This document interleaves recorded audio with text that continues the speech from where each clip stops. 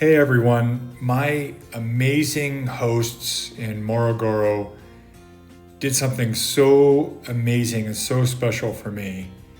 They took me to the Maasai cattle market and it was amazing. I had such a great time.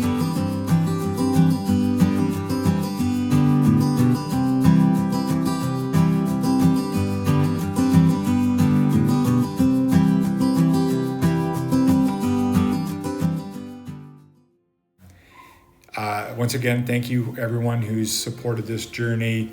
It really means a great deal, and especially for the people who've given again and again. So we get there, and they're bringing in cattle first thing, and it was kind of fun to see them march through and just herding them. They kept them so tight and moved them right along. Look at this. They're just using those sticks to get them to go where they want. And yeah, obviously not their first time doing it. So smooth. And I really love this photo. I know I took it, but it just turned out much better than I expected. I really am grateful for that. So the market is primarily centered around livestock, and of that primarily cattle, but they had all kinds of other things there for sale as well, kind of like a state fair kind of atmosphere. They had these rubber sandals, all kinds of them, not just here, but all over the place. They had them for sale.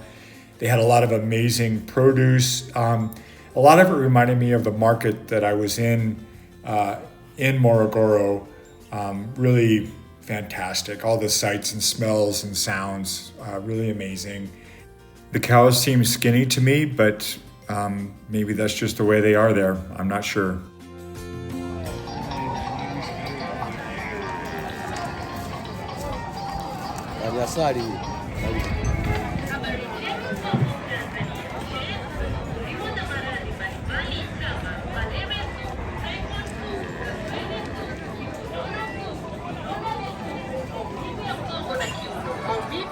There's some of the sounds for you, kind of get a feel for what it was like.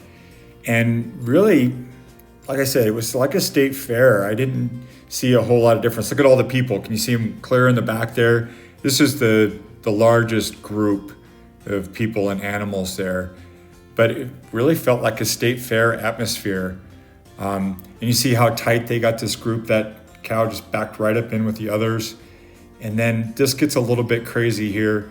But they got this tight group and they want to get this one out. And I dropped the camera there. But they grab this cow, one by the ear and one by the tail, and they pull them out to separate them. Not sure why. But I told one of the kids that's why I cut my tail off, so people would stop pulling me by the tail. But look how tight that group is. They have them so well controlled. Nothing ever felt out of control at all. And then this one realized I was taking his picture, so he smiled for me.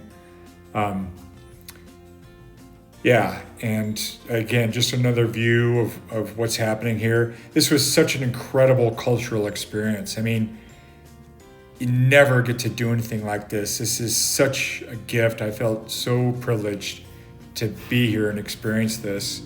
And I love the speckling on that one cow. And then there was a goat that had similar speckling.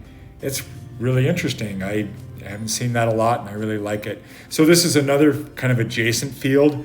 Look how empty it is compared to that one that was packed. And then here's a bunch of goats here all loaded on that truck. My host, Ellie, he works with anti-human trafficking. And he said he was going to use that image that he took of the goats as an example of what human trafficking is like. Then these cows had some crazy horns in here. Such an interesting group. And again, look how well behaved they are. They're just in there tight, no issues whatsoever. But look at the horns on that guy. Crazy. And then there's another one here that had standy up horns. And then some kind of crazy horns. So really wild. So check this one out. It's got those kind of straight up horns. And then this one had the straight down, like floppy ear horns. Interesting, the differences. And then here's a bunch of little ones all together. I'm assuming they're like yearlings or something. I don't know. Then this one definitely had something to say.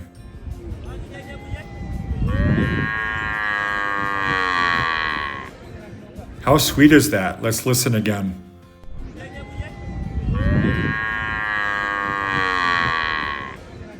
Cute little cow.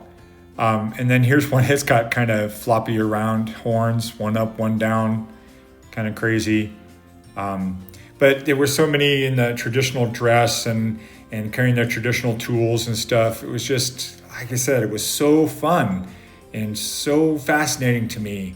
Again, I felt like I was in a PBS episode from my childhood, and I just was so blessed to be there.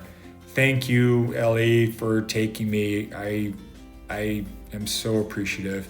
And then we went into this other area where they were butchering and serving food and blah, blah. And this is Alfie and Joven waiting for our food. And we had some goat, and it was super yummy. Really enjoyed that too. It's all finger food. And then when we got back, it was my last night there, so we took a bunch of photos together. So let me introduce everyone. So left to right here, there's Jenny in the back. She's Brit. And then Nora is their oldest child, and Ellie there on the far right.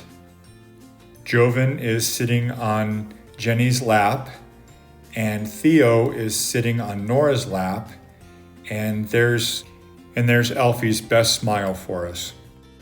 Yvonne is on the far left in this picture, and she is Ellie and Jenny's niece. And Alfie is giving us our best again when the photo includes Yvonne. And here's a better picture with Yvonne in there and everyone else, including Jenny's mom, Rosemary, who has a broken ankle. We'll get more into that later. And this is Eunice, or Mama Joshua, and she did 99% of the cooking while I was there, and she is fabulous. She is an amazing cook and a really wonderful person as well. And like I said earlier, Ellie runs an organization that helps fight human trafficking, and this is a polo shirt that he gave me. Swahili is the official language of Tanzania, and the writing says the Worldwide Day of Human Trafficking, July 30th. Then in Swahili on the back, it says, human trafficking is organized crime. Stop the exploitation.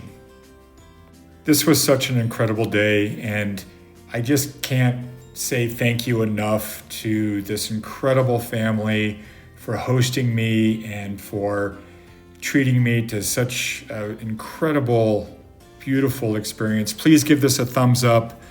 Please subscribe if you haven't. And here's the last sunset while I was there. Peace and love to you all.